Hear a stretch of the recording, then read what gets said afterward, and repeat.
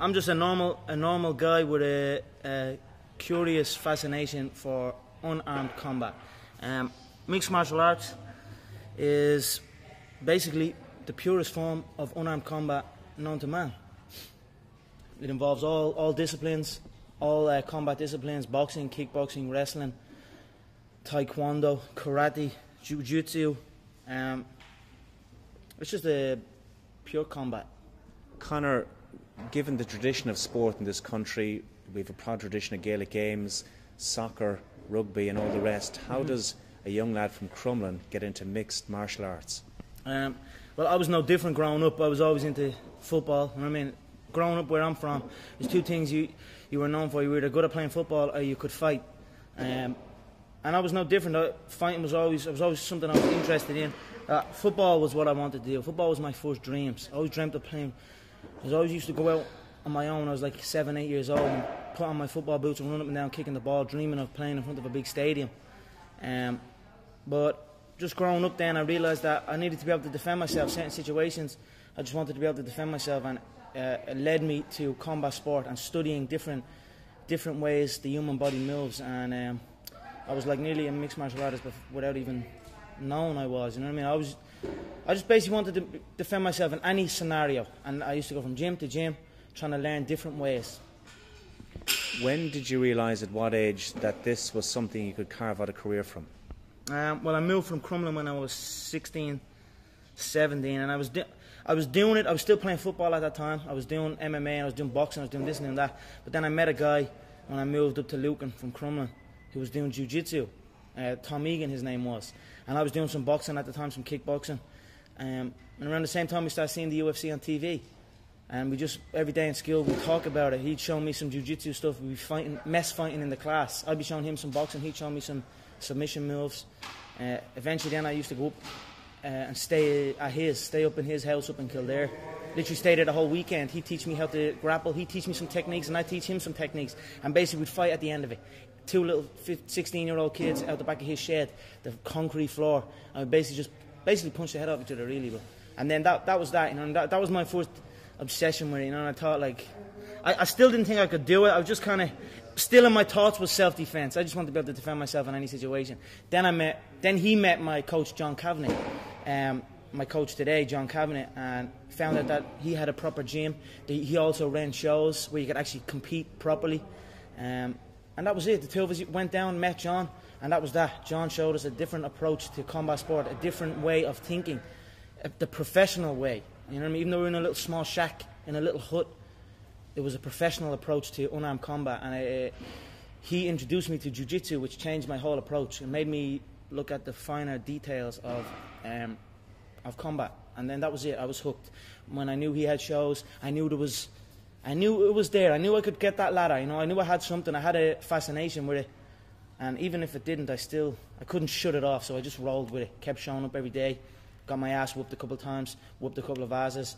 Eventually, I became really good, and that's that. You keep mentioning there that you're doing this, or you had, when you were starting out, you were doing it to defend yourself. Were you bullied when you were younger? I definitely wasn't bullied. I mean, I definitely wasn't bullied. But you know, as you're growing up and you're walking around, and I used to live in a little estate, and when you explore outside that estate, you start meeting new people, and then fights would happen. Boys, you know what I mean? Young boys would fight, but it just stuck in my head a little bit more. When something like that happened, it was always in my head. I'd go back and think about it. I think about what happened, what position happened, and just think about things. I wasn't necessarily bullied or nothing like that. You know what I mean? Have my friends grew up. It's just, Crumlin's a tough area. You know what I mean? It's just the way it was growing up, but. It just probably, like, maybe people might just went on with the day and forgot about it. Me, I just kind of sat back and thought about it a lot more, and it led me to the gym. This is your life, it's your job. Did you ever have, let's call it a normal job, Conor, a 9 to 5?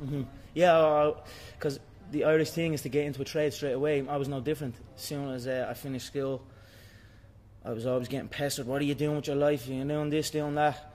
They didn't know what it was. They didn't know what MMA was. They didn't know what none of this. They didn't know I could make a career out of it. As far as they were concerned, my man and dad I'm talking about, as far as they were concerned, I was just getting into a cage and fighting with some other guy.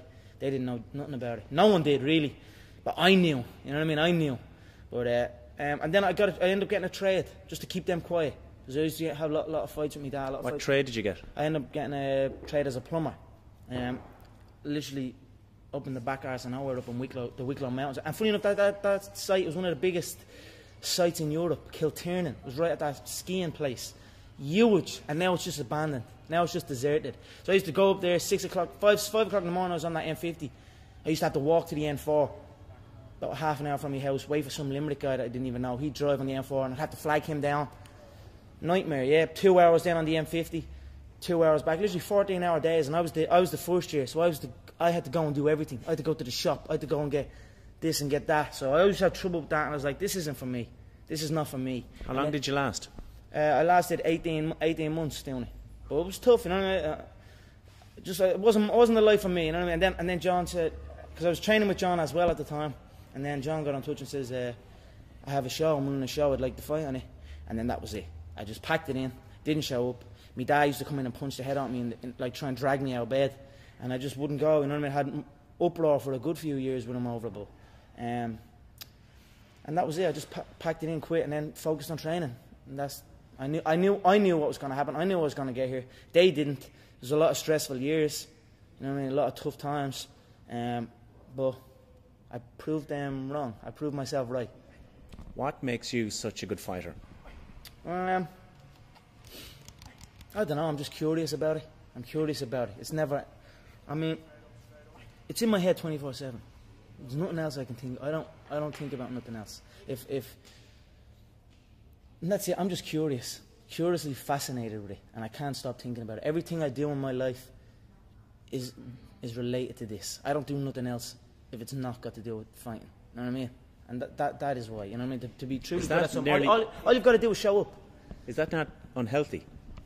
I don't know. Do I look unhealthy? Take a look at this physique. I'm in phenomenal shape, in body and mind. To me, what's unhealthy is living an unhealthy life. To me, what's unhealthy is getting up and going through the same day every day of your life, 9 to 5, in an office or in a, you know what I mean? That's unhealthy. That beats your mind. I don't work. I love what I do, and that's why I'm doing what I love. You know what I mean? That's why it's become a career for me, because I love it. I love what I do. So I don't think it's unhealthy. I feel good in my mind. I mean, it's my life. What has the last 6-7 months been like for you, Conor? A lot different. You know what I mean? Get a lot more spotlight is on now. I'm no different. I don't do nothing any different. I still come to the gym. There's people trying to get me to do this and get me to do that. But I know that in order to be successful at this game, it needs to be 24/7. I need to be living in this gym. And that's since this new facility, SBG Concord, has opened up. The setup now is I come here at 1, 2 o'clock in the day, and I'm here till 10 o'clock at night. There's no outside distraction. There's no nothing. It's been crazy. The spotlight is on. The Irish public are watching. But it's what we planned. It's what we prepared. I knew I was going to be the person to bring martial arts to the public eye. And now it's happening. You know what I mean? There's two things I've learned from these past 7 months. Number one is that hard work pays off. And number two is that dreams come true. And that's what's happening. Final one for you. I want to know what you want to achieve. Is it the fame? Is it to be champion? Is it the money? What do you want from this career? I don't care nothing about fame. Yeah, I don't care about fame. The gold belt is what I want. The 2 gold belts. I was a 2-weight world champion in the previous organisation. Now I'm on the big stage at the UFC. I want that featherweight belt and I want that lightweight belt. That's my goal. The money is going to come with that. Don't get me wrong. It's prize fighting. I'm after the money as well. But the money comes with the belt. And the belt is what I'm focused on. I don't care about fame.